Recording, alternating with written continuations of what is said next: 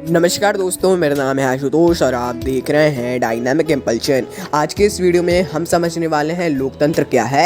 ये आदर्श बैच के पॉलिटी के तहत है। एनसीईआरटी के इसमें 6th 7th 8th 9th और 10th से भी थोड़ा लिया गया है। 9th 10th से उनको ज़्यादा नहीं मिला है, बाकी 6th 7th 8th से बहुत सी जानकारियाँ हैं जो कि आप लोगों को मालूम भी होंगी, लेकिन आप सभी को पता है कि यूपीएससी के लिए बेस से शुरू करना आवश्यक होता है, इसीलिए हम ऐसा ही पढ़ा रहे हैं। आप भी पढ़ते जाइएगा। एनसीईआरटी यदि नहीं है आपके पास तो नहीं बोलूँगा मैं खरीदने के लिए, हालांकि खरीदेंगे तो अच्छा होगा, लेकिन आप ऑनलाइन भी इसको डाउनलोड करके पढ़ सकते हैं। नोट्स वगैरह अवश्य बनाते चलिए। तो सबसे पहले शुरू करते हैं लोकतांत्रिक सरकार। तो लोकतंत्र की मुख्य बात यह है कि नागरिकों के पास अपने नेता को चुनने की पूरी शक्ति होती है, इसलिए एक अर्थ में लोकतंत्र को हम सरकार भी कह सकते हैं, शासन भी कह सकते हैं। लोकतंत्र का मूलभूत विचार यह है कि लोग नियमों को बनाने में भागीदार बनकर खुद ही शासन करें और उन नियमों का स्वयं से पालन करें। लोकतंत्र की अगर सिंपल परिभाषा की बात करें तो इसकी परिभाषा है जनता द्वारा, जनता के लिए, जनता का शासन। इसको याद रखिएगा, ये तो मतलब आप सभी लोगों को पता ही है। इंग्लिश मीडियम वालों के लिए भी वीडियो आएगा धीरे धीरे, अभी हिंदी मीडियम के बाद। अब लोकतंत्र के प्रकार जान लेते हैं। मेनली तो इसके दो ही प्रकार हैं, एक है प्रतिनिधि लोकतंत्र और दूसरा है प्रत्यक्ष लोकतंत्र। प्रतिनिधि लोकतंत्र में जनता एक बार नेता को चुन लेती है अगले 5 वर्षों के लिए, जिस प्रकार भारत में नेता यानी सरकारी अधिकारी लिखा है, ये एक बार विकिपीडिया से देखा गया है। आप नेता भी लिख सकते हैं या और कोई अच्छे शब्द हो तो वो भी लिख सकते हैं। प्रतिनिधि किसी जिले या संसदीय क्षेत्र से चुने जाते हैं। देखिए, आप सभी लोगों को इसकी जानकारी है। और उसके बाद 5 वर्षों के लिए वो नेता उस क्षेत्र की जनता का प्रतिनिधित्व करते हैं, लेकिन फिर जो कानून बनाना होते हैं वो उन्हीं के हाथों में होता है। अब प्रत्यक्ष लोकतंत्र के बारे में समझते हैं। ये से टोटली उल्टा है, मतलब टोटली नहीं, फिर भी हाँ एक प्रकार से बिल्कुल अपोजिट बोल सकते हैं। अब देखिए प्रत्यक्ष लोकतंत्र क्या है। तो प्रत्यक्ष लोकतंत्र में सभी नागरिक सारे महत्वपूर्ण नीतिगत फैसलों पर मतदान करते हैं, यानी कि कुछ भी ऐसी नीतिगत फैसले लेना होते हैं तो उस पर हर कोई को मतदान करना होता है। यहाँ कोई भी प्रतिनिधि नहीं चुना जाता है। देखिए स्विट्जरलैंड यदि एग्जाम्पल के तौर पर लिया जा सकता है, आप देखिएगा स्विट्जरलैंड की राजनीति कैसी है। वहाँ पर कोई ऐसा प्रतिनिधि नहीं चुना जाता है। हाँ प्रतिनिधि होते हैं, लेकिन जो उस चीज़ को पूरा कंडक्ट कराएं केवल उतने ही। बाकी जो भी नीतिगत फैसले हैं वहाँ लिए जाते हैं। जैसे भारत में संसद में नए कानून बनते हैं, नए फैसले होते हैं, उस प्रकार यहाँ पर हर फैसले पे जो बड़े फैसले हैं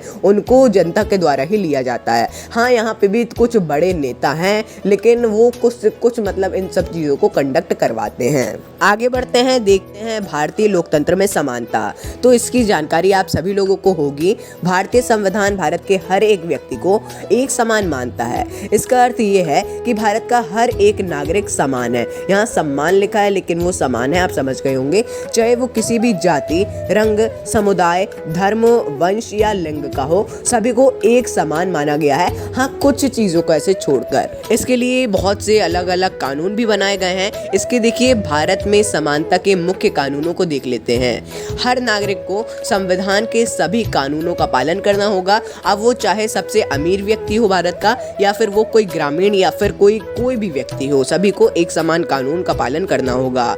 किसी भी नागरिक के साथ उसके रंग, जाति, वंश, लिंग, समुदाय या जन्म स्थान के आधार पर भेदभाव नहीं किया जा सकता। यहाँ वर्ण लिखा है लेकिन वो वंश है। मैं माफ़ी चाहूँगा, 2 गलतियाँ हो गई हैं, मैं उसके लिए बहुत बहुत माफ़ी चाहूँगा।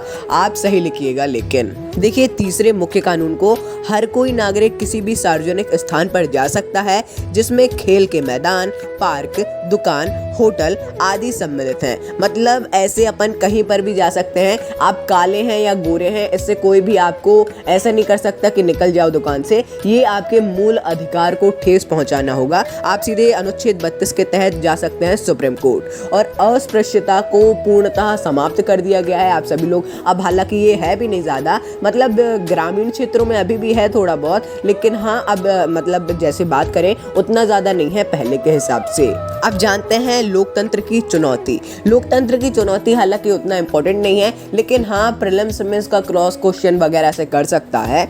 तो किसी भी देश को पूर्णतः लोकतंत्रीय नहीं बनाया जा सकता है। सदैव कोई ना कोई ऐसा व्यक्ति होगा ही, कोई ऐसा समुदाय, कोई व्यक्ति आएगा ही जो संविधान या कानूनों में कुछ सवाल उठाएगा और वो हमेशा उठते रहेंगे। और ये एक अच्छी बात भी है और सरकार उस पर बदलाव भी करती रहेगी। कोई गलत बात नहीं है इसमें। यदि कुछ कमी है तो उसको पूरा करना सरकार का दायित्व है और हम भी उसमें अगर कुछ गलत लगता है तो सवाल उठा सकते हैं। अब देखिए, मुझे सिर्फ एक बात यहाँ पर आगे इंपॉर्टेंट लगी अन्य किसी शायद 10th या 9th की NCERT से, कि राष्ट्रीय मतदाता दिवस शपथ। तो देखिए, जो शपथ है, जो ओथ है, आप इसको पढ़ सकते हैं। हम भारत के नागरिक लोकतंत्र में अपनी पूर्ण आस्था रखते हुए ये शपथ लेते हैं, ऐसे करके आप पढ़ सकते हैं। याद हालांकि करना इंपॉर्टेंट नहीं है। जो निर्वाचन दिवस है 25 जनवरी, उसको देख लीजिएगा। मतदाता दिवस है, सॉरी निर्वाचन दिवस नहीं है, मतदाता दिवस है, उसको देख लीजिएगा आप।